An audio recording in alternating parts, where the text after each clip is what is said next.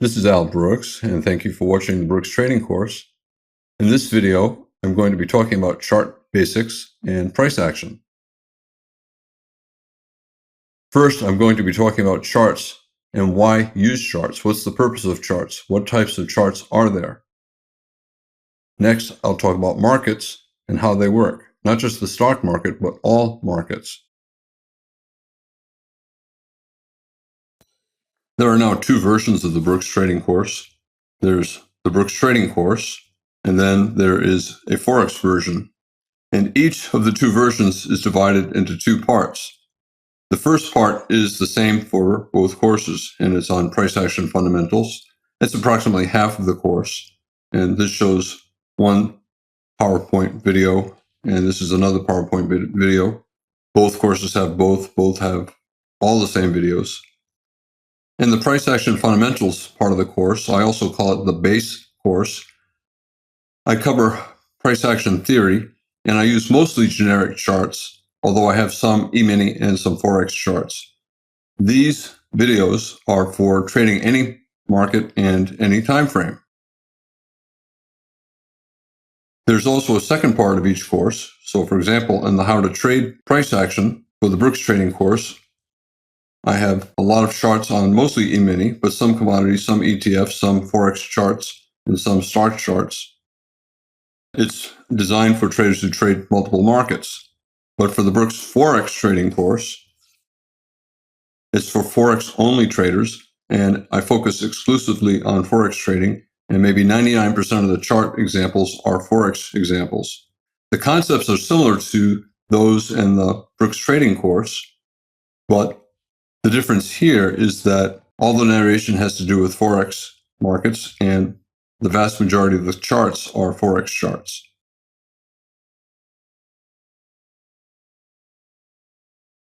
Why use charts? What's the purpose of charts? A chart shows current trades and recent trades. So here are the current trades, and these are the recent trades. Traders want to see those trades because they can then formulate an opinion as to what the market will do in the future. That lets them know, should they buy, should they sell. Day traders in general prefer candlestick charts like this. Overnight traders, institutional traders, they usually prefer line charts, which is just a line like this. You can see the overall shape of this is similar to the candlestick chart. So for example, if this is a 60-minute candlestick chart and each bar is 60 minutes, another bar 60 minutes, 60 minutes, and this is a 60-minute line chart, this chart is constructed by using only the closes, the close of this hour, the close of that hour, the close of this hour, plots them as dots, and then it connects the dots with a line. Here, the dots are so small you don't see them. All you see is the line.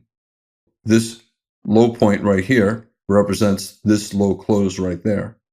This high close right here is represented by that high point right there. Again, this only shows closes. It doesn't show this high price or this high price. There is no best chart. There's simply different ways to represent trades. All charts are good. All show the same thing. Extreme forms of charts are useless. They do not help you make money. You should choose a chart that's consistent with your personality and your goals as a trader. A chart is on a computer screen. A computer screen has two dimensions. It's wide and it's high, and therefore it can show two variables. Traders usually put price on the vertical axis and time on the horizontal axis. Some types of charts have things on the horizontal axis other than time, but most traders use time on the horizontal axis and price on the vertical axis. There are these volume charts that try to incorporate a third variable, volume, and they do so by changing the width of the candlestick. So a wide candlestick has more volume than a narrow candlestick. Most traders do not use these bars. In fact, I don't know anyone who trades successfully using these bars. What's nice about candlestick charts is you can quickly see who owns the bar. I could create bars using any colors. Typically, for a bull trend bar, a bar that opens on its low and closes on its high, I use white. Other people use green, but when I trade, I'm using white. This means that the bulls control the bar. The bar opened near its low and closed near its high. A bear bar, a black bar, is a bear bar. That means it opened at the top of the black rectangle, closed at the bottom of the black rectangle, and the bears own the bar. This does not tell me what the bar did in between the open and the close. It may have gone to the bottom, may have gone up top and bottom 5 different times. But in my mind, if I see a black bar, I know it opened here, I know it closed there. I assume bears won. The bears won the bar. If I see a white bar, I know it opened at the bottom of a white rectangle. All white bars open at the bottom. All black bars open at the top. If I see a white bar, I assume the bulls won. The bulls owned that bar. Sometimes you get bars like this that have very small bodies, prominent tail below and above, closing somewhere around the open. That is a balanced bar. The bulls and bears were about equally strong, and I view it as a one-bar trading range. There was a lot of two-sided trading, buying and selling. You can call it a trading range bar. I call it a doji bar. Some people use the term doji to refer to a perfect doji where the open and close are exactly at the same price. I think that's useless because it's very rare. And why give a term to something that virtually never happens? For me, I see bars as either trend bars, here's a bull trend, here's a bear trend, or trading range bars, a bar that's not going anywhere. In my mind, every bar is either a trend bar, a bull trend bar, a bear trend bar, or a trading range bar, and I call it a doji bar. So bull bars, every white bar, the bottom of the rectangle is when the bar opened, the top is when it closed. Every black bar, the open is at the top and the close is at the bottom. Bear trend bar, opened here, closed there. And then trading range bars, doji bars. You can see on the chart, a lot of these bars I would call doji bars, like this and that and this and these. Here's the only perfect doji bar on the chart. Do you think this bar has any special meaning compared to that bar or this bar or that bar or this bar? No, it does not. So worrying about whether or not a doji bar is absolutely perfect or if it's slightly less than perfect is foolish. It doesn't matter. This bar is just the same as this bar, and the same as this bar, and the same as this bar. They're small trading range bars. The bulls and bears both were in control during part of the bar, and that's all I care about. The bar does not represent a trending market. It represents a neutral market. So any small bar where the body is maybe half the size of the bar or less, I call it a doji bar. Because as I said, I use doji to refer to a trading range bar. And I think of all bars as either trend bars here, a bear trend bar, bull trend bars, or trading range bars here. So small bars, doji bars, bars with prominent tails are doji bars. Doji bars can be very big. If the body is small, I still call it a doji bar. Now, you have some bars that could be doji bars, they could be trend bars. For example, here's a small bar. The body is about half the size of the entire bar's height. I would call that a small bear trend bar. If the body is half the size of the bar or more, I tend to call it a trend bar. If it's less than half the size of the bar, especially if the bar is not very big, I tend to think of it more as a doji bar, a trading range bar. Look at this green box. That is the high of the bar. That's the highest trade that took place during this 5 minutes. And I call that line above the rectangle a tail. Here's another tail up here. Here's a tail below a bar. And it's simply the highest price or the lowest price that took place during the bar. Some bars don't have any tails.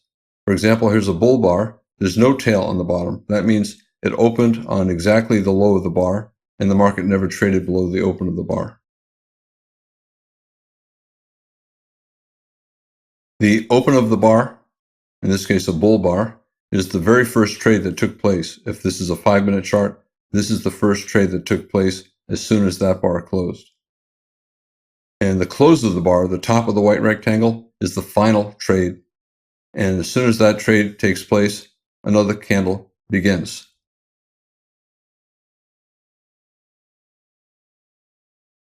For bear bars, it's the opposite. Remember, every bear bar, every black bar, opens at the top of the black rectangle, in contrast to a bull bar. Every bull bar opens at the bottom of the white rectangle. Here, there's only a very tiny tail on top of the bar. That means it opened and then traded a little bit above the open and then closed on the low. If there's a tail below, that means it traded down and traded back up. In this case, because it has a black body, that means the open was here and the close was a little bit below. So the bottom of every black rectangle is the close of the bar. The rectangle is called the body. A black body is a bear body. A white body is a bull body, a bull trend bar. I mentioned that time charts can be any interval. In this particular example, this could be a 5-minute chart. It could be a 1-minute chart. Each bar could be 1 minute long. It could be a 15-second chart. It could be a monthly chart where each bar is 1 month. And here's the next month, and then the next month, and then the next month. So that is a time chart, and you can use any interval for time. Volume charts are also popular, and there are two different types. One is the number of contracts or shares traded, and the other is a tick chart. So for example, here, each bar is a 10,000 contract bar. Let's say 9,999 contracts were traded, and the next trade is 1,000 contracts. Then this bar will not have exactly 10,000 contracts. It'll have 9,999 plus 1,000 more, so it'll have 10,999. Even though it's called a 10,000 contract volume chart, the bars usually do not have the same number of contracts. As soon as a bar has at least 10,000 contracts, the bar closes and another bar begins. Here is a tick chart. For example, 5,000 ticks, where each tick is a trade. So if a trade takes place, that's one tick. If the trade has 200 shares in it or 200 contracts in it, it's still one trade. If it has one contract in it, it's one trade. And as soon as there are 5,000 trades, the bar ends and another bar begins. Here are some examples of different types of bar charts. They're not really bar charts, but I call them bar charts. A dot on close chart.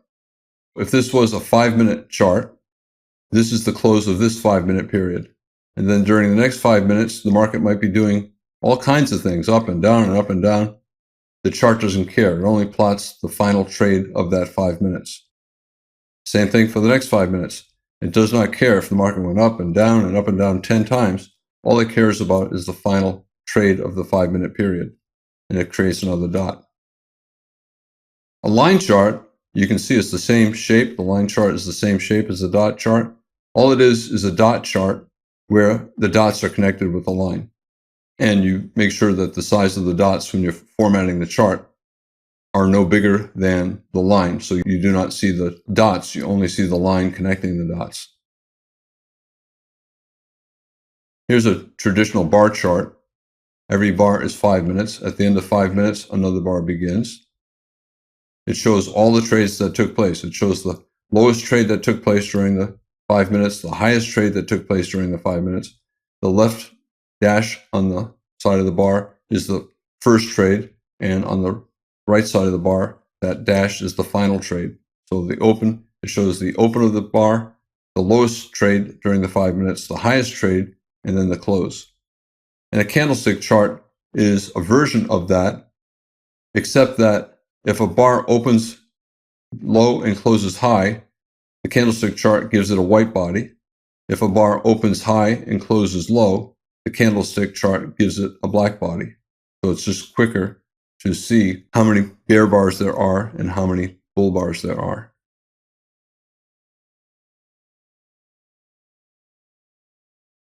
Here are candlestick charts and some other less popular charts. Some traders like to use RAIN charts, Kagi charts, CASE charts. It doesn't matter. They all represent the same thing. You can see the general shape is similar on all of the charts.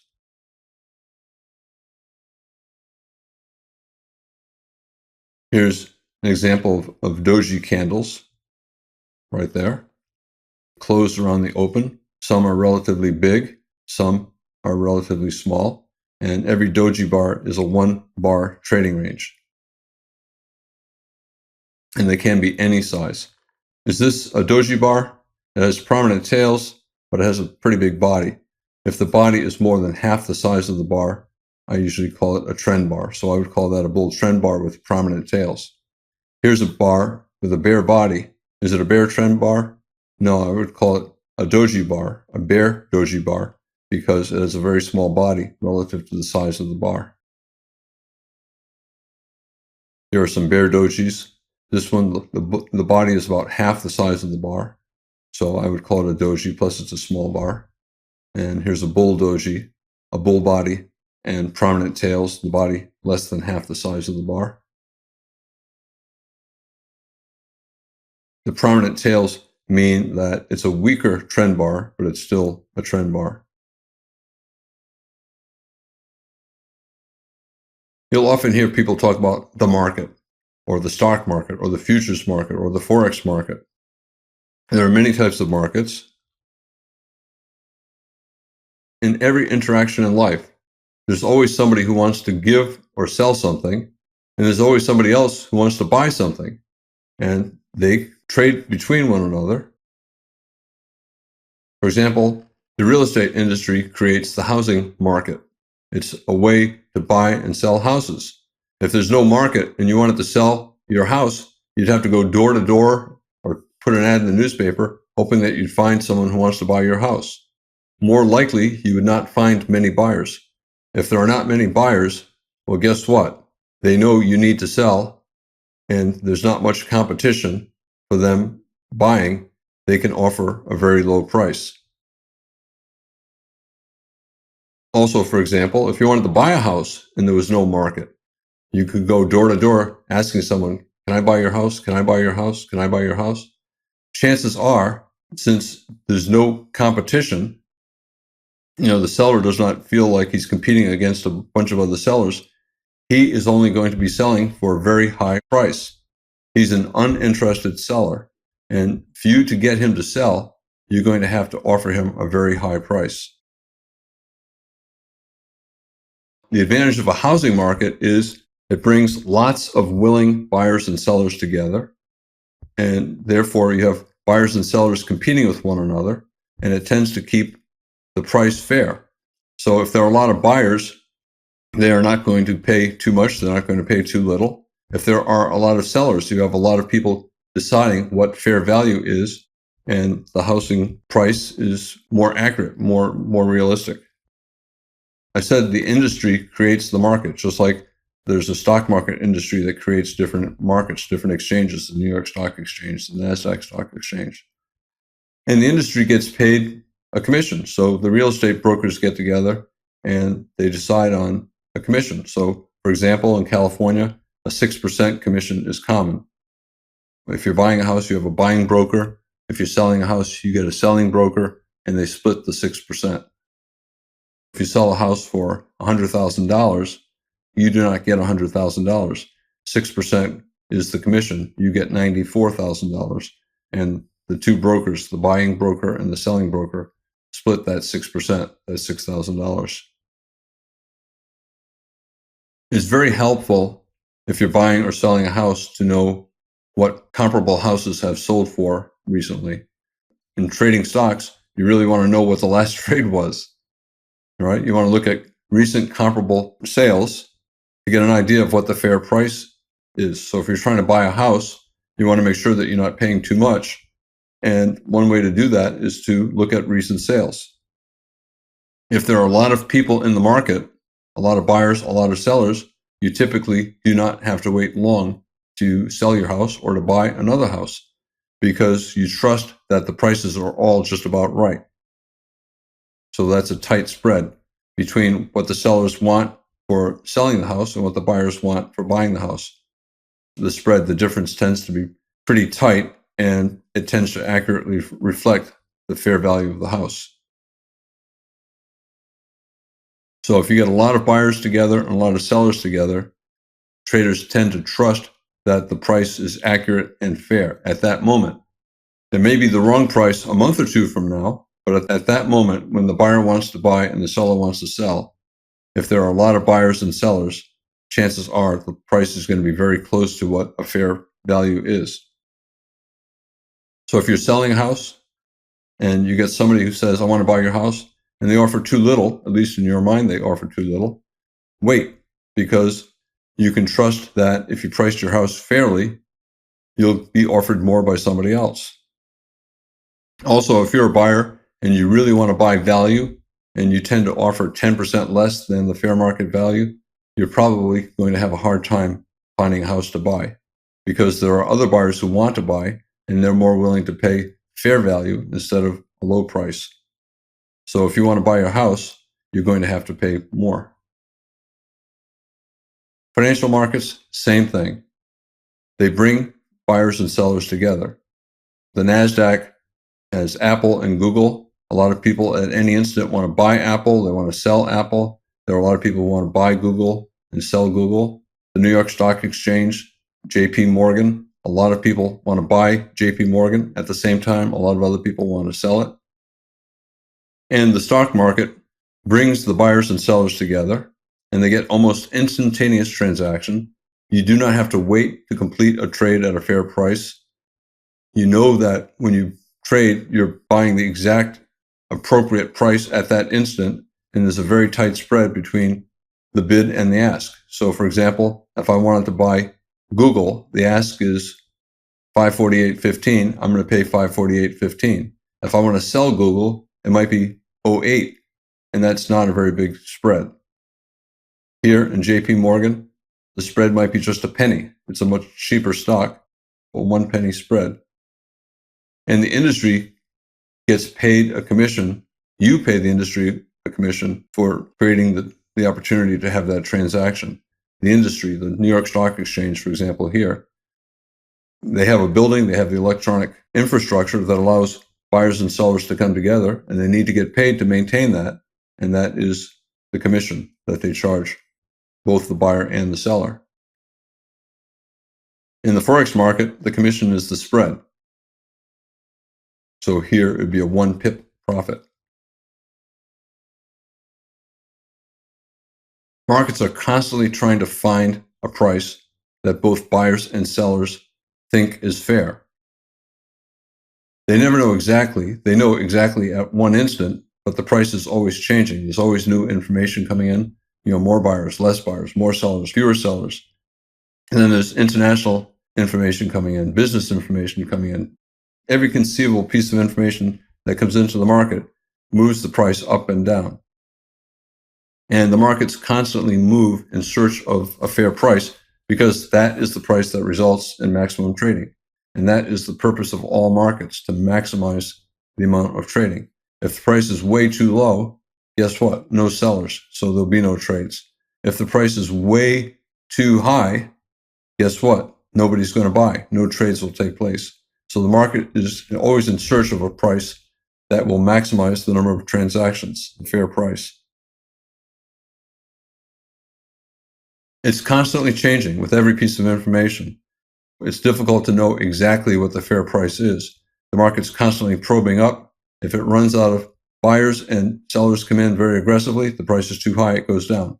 If all of a sudden it gets too cheap, a lot of buyers come in and the sellers stop selling at this price, they're only willing to sell higher, price goes up. The market's always probing to find out what too high is, what too expensive is, and what too cheap is.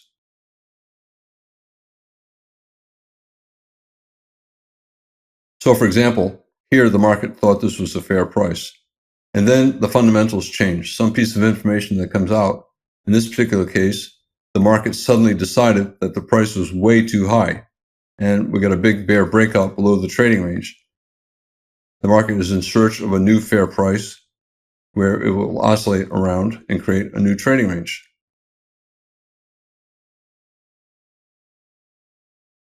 Because fundamentals change constantly, and there are countless fundamentals, you don't even know most of them. Different institutions provide news. Buyers and sellers come and go. They change reasons for buying and selling. It's changing constantly. The fair price changes constantly. However, it's usually in a fairly tight range. Most of the time, markets are mostly sideways. Some of the time, they quickly move because everyone perceives that the price is wrong. Up here, traders decided the price is too high. Buyers and sellers both decided that it's too high, so it had to move down quickly to find a price where both buyers and sellers thought the price was fair. For here, the market was staying in this general range because buyers and sellers thought it was fair. If it went up a little too high, no more buyers, sellers got aggressive, the market went down. If it goes down too low, sellers think it's too low to sell, they stop selling. Buyers think it's a great value, they buy, and it tends to go up.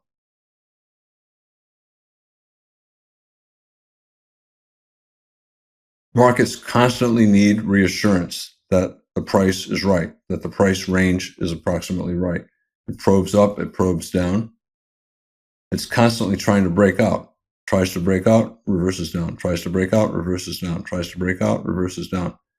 Tries up, reverses down. It probes down. Maybe the fair price is down here, so let's try to get there. Cannot get there. Sellers stop, buyers get aggressive. Tries to go down, fails. Tries to go down, fails. Tries to go down, fails. Tries to go down, and fails. So it's constantly trying to break out. It's constantly trying to see if maybe the price needs to go lower, maybe it needs to go higher. And it spends most of the time going sideways, with 80% of breakout attempts up and down failing. That's how it determines where the appropriate range is. And the markets really want the range to be extremely tight. They want to bring buyers and sellers together with very little spread, and they're always in search of the perfectly fair price. The markets always want to be in trading ranges, and they prefer to be in very tight trading ranges.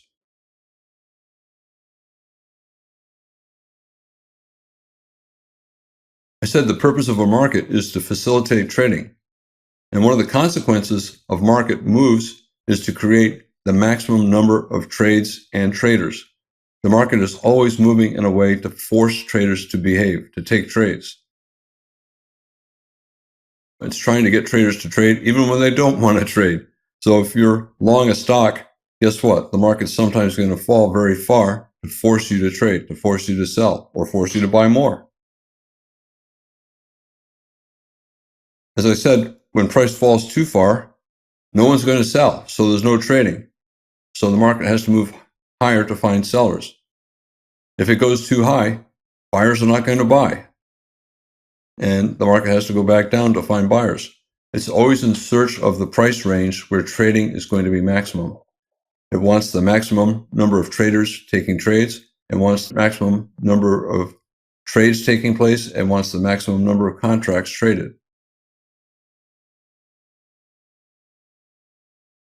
Let's say, for example, Apple is being offered at $1 billion a share. No one would buy. Since no trades would take place, the volume would be zero. The price has to come down to find buyers.